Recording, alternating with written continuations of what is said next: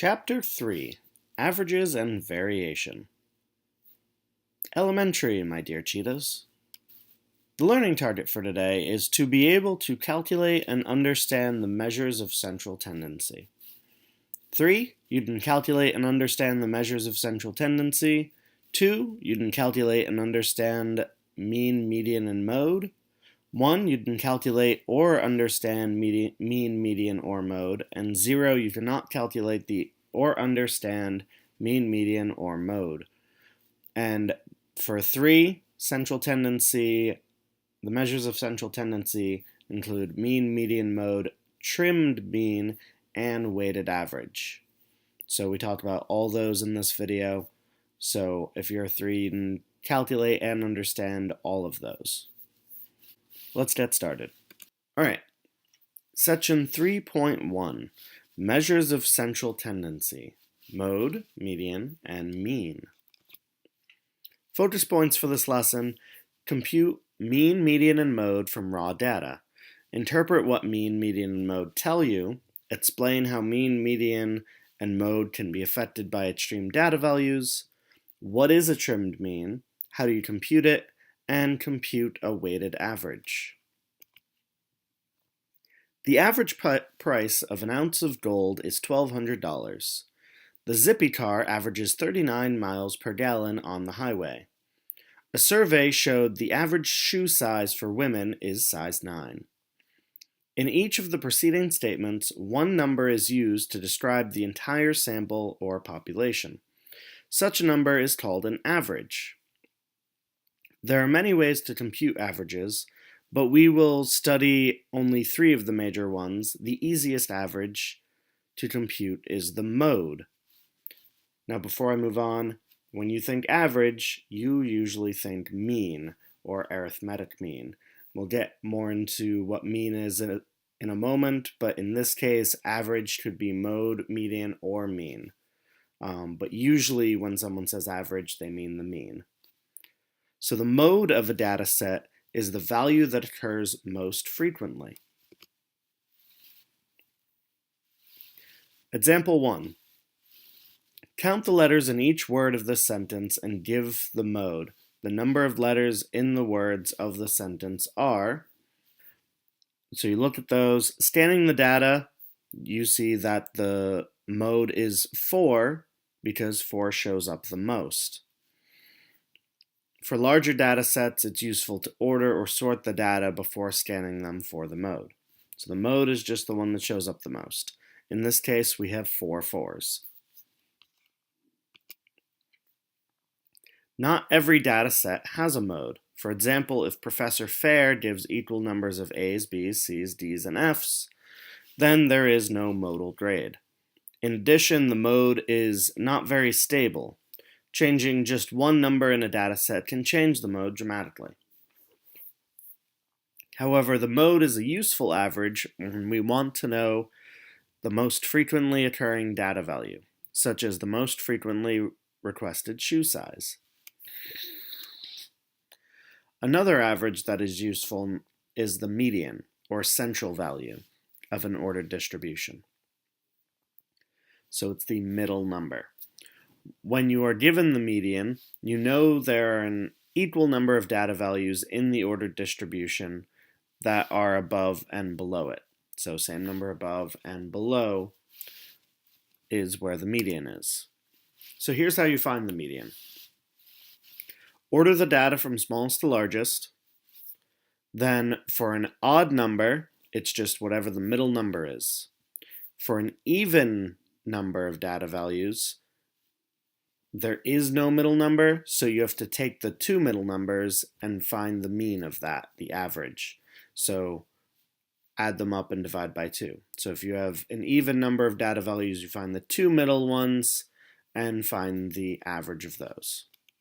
What do barbecue flavored potato chips cost? According to Consumer Reports, the prices per ounce in cents of the rated chips are. To find the median, we first order the data, then note that there are an even number of entries. So the median constructed using the 2 middle values, 19 and 27. So you add them up, divide by 2, and you get 23. So the median of that data value is 23 cents. Part B of this question. According to Consumer Reports, the brand with the lowest overall taste rating costs 35 cents per ounce. Eliminate that brand and find the median price per ounce for the remaining barbecued flavored chips. So we don't want the 35-cent one because it doesn't taste very good. So get rid of that one and then find the median. So the middle, this time there's an odd number, so there's one middle value, and it's 19. So the median of this data set is 19 cents. Part C. 1 ounce of potato chips is considered a small serving.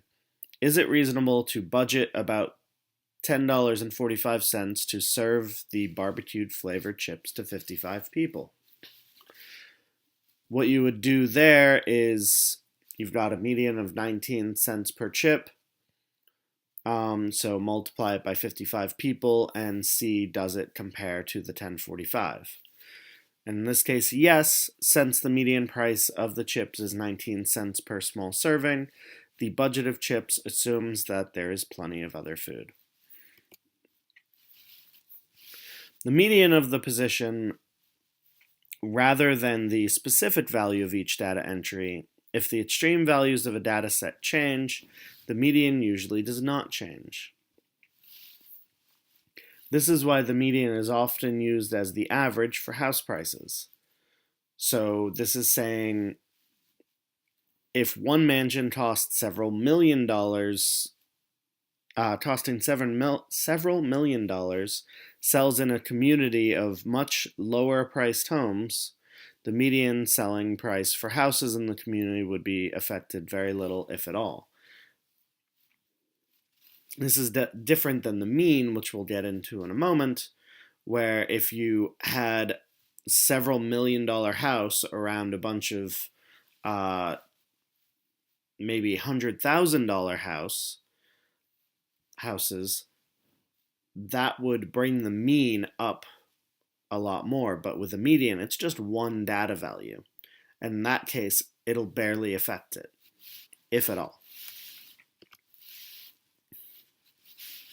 Note, for small ordered data sets, we can easily scan the set for the location of the mean. However, for large ordered data sets of size n, it is convenient to have a formula to find the middle of the data set. So if you have an ordered data set of size n numbers, to find where the middle value is, you do the number of data you have plus 1 and then divide by 2. So if you have 99 numbers in your data set, so you add 1 to that, divide by 2, and the middle value will be the 50th data value in the ordered data. If you have 100 data values, 100 plus 1 is 101, divided by 2 is 50.5. So that means there's an even number, so we want the two middle values, the 50th and 51st, and then add them up and divide by 2 like we have been. An average that uses the exact value of each entry is the mean, sometimes called the arithmetic mean. So we've done mode, we've done median, now mean. To compute the mean, we add the values of all the entries and then divide by the number of entries. The mean is the average usually used to compute a test average. To graduate, Linda needs at least a B in biology. She did not do very well in her first 3 tests. However, she did well in the last 4. Here are her scores. Compute the mean and determine if Linda's grade will be a B, 80 to 89, or a C, 70 to 79. So, we add them all up, and there's 7 numbers there, so we divide by 7. When we add them all up, we get 560. 560 divided by 7 is 80. So, since the average is 80, Linda will get the needed B. When we compute the mean, we sum the given data. There is a convenient notation to indicate the sum. Let ets represent any value in the dataset. Then the notation, the sum of all given ets values. So what that means, if you see that notation, is just saying add up all the values in the dataset.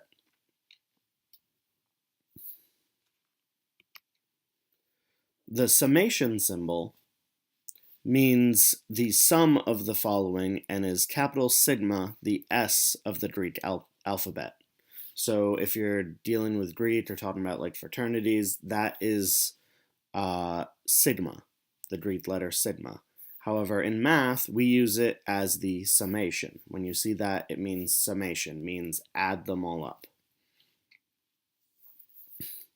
The symbol for mean of a sample distribution of values is what we call ets bar.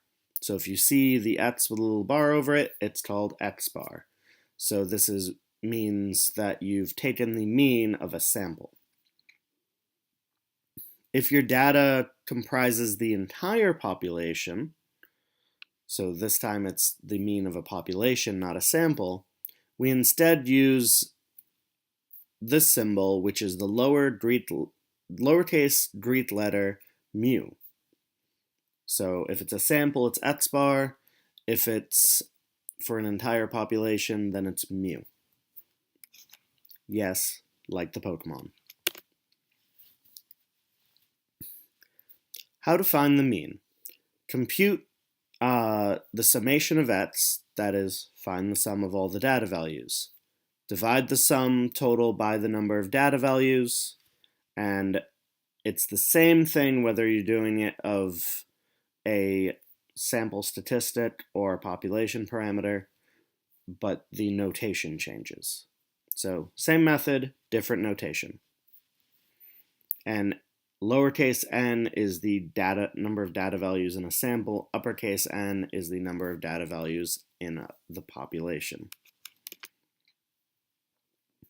We've seen three averages: mode, median, and mean. For later work, the mean is the most important. We'll be using that the most. A disadvantage of the mean, however, is that it can be affected by exceptional values. That's what I mentioned before about the mansion being way too expensive. That's going to affect the mean more than it does the median. A resistant measure is one that is not influenced by extremely high or low data values. The mean is not a resistant measure of center because we can make the mean as large as we want by changing the size of only one data value. The median, on the other hand, is more resistant. However, a disadvantage of the median is that it is not sensitive to the specific size of a data value. A measure of center that is more resistant than the mean but still sensitive to specific data values is the trimmed mean. A trimmed mean is the mean of the data values left after trimming, a specified percentage of the smallest and largest data values from the dataset. Usually a 5% trim mean is used. And so if I just say find the trimmed mean, unless I say otherwise, assume that it's 5%. This implies that we trim the lowest 5% of the data as well as the highest 5% of the data. A similar procedure is used for a 10% trimmed mean.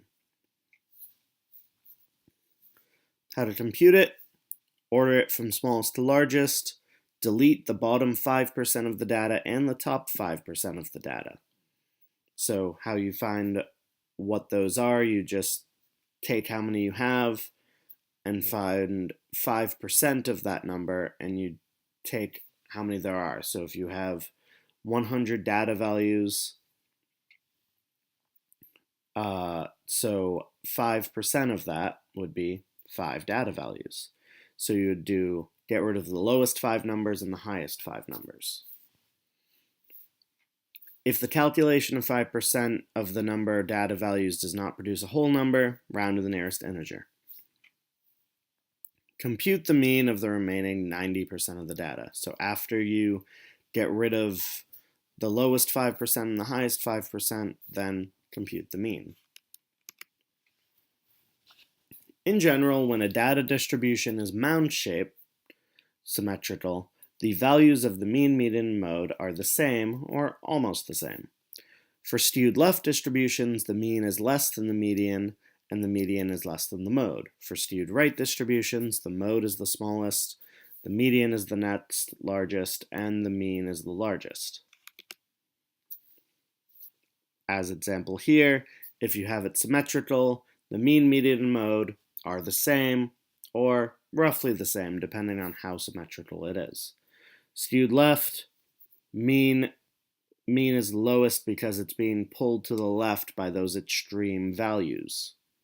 Skewed right, the mean's being pulled to the right because of those extreme values. So the extreme values really pull the mean more than it does the median or the mode. Weighted average. Sometimes we wish to average numbers, but we want to assign more importance or weight to some of those numbers. For instance, suppose your professor tells you that your grade will be based on a midterm and a final exam, each of which is based on 100 possible points. However, the final exam will be worth 60% of the grade and the midterm only 40%. How could you determine an average score that would reflect these different weights? The average you need is the weighted average. So to compute that, all you do is you add up all the data values multiplied by the weight and divide by all the added weights. Usually the weights will add to 100%, so you're just dividing by 1. So usually that bottom number doesn't matter.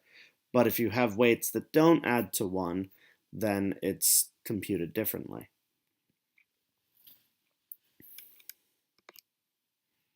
Suppose your midterm test score is 83 and your final exam score is 95.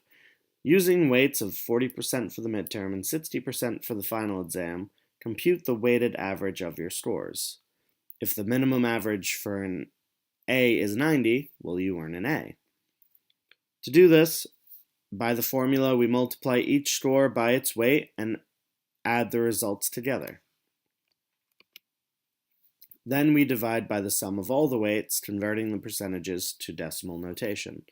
So we have 83 times the 0.4, the 95 times the 0.6, and divided by the 0.4 plus the 0.6. As I mentioned, that bottom number will be 1. So then we've got 33.2 plus 57 will be a 90.2. Just barely, but you got that A. Now time for the sponge. Number 1, using those numbers, I want you to calculate the mean, median, mode, and the 5% trimmed mean. And on number 2, in a class, each section is worth the following percentages. Homework 20%, quizzes 35%, tests 45%, and I want you to find the weighted average if a student had a homework grade of 90, a quiz grade of 80, and a test grade of 70. Alright, that's it for the lesson. Once again, please make sure to take notes in the entire lesson. Attempt the sponge, really try at it, go back to the parts of the video that you need to really understand it, but I need attempts. Don't forget to rate yourself back to the original learning target and scale. Put that at the top of your paper. Take a picture or video of everything. Make sure I could read them though. And have a good night.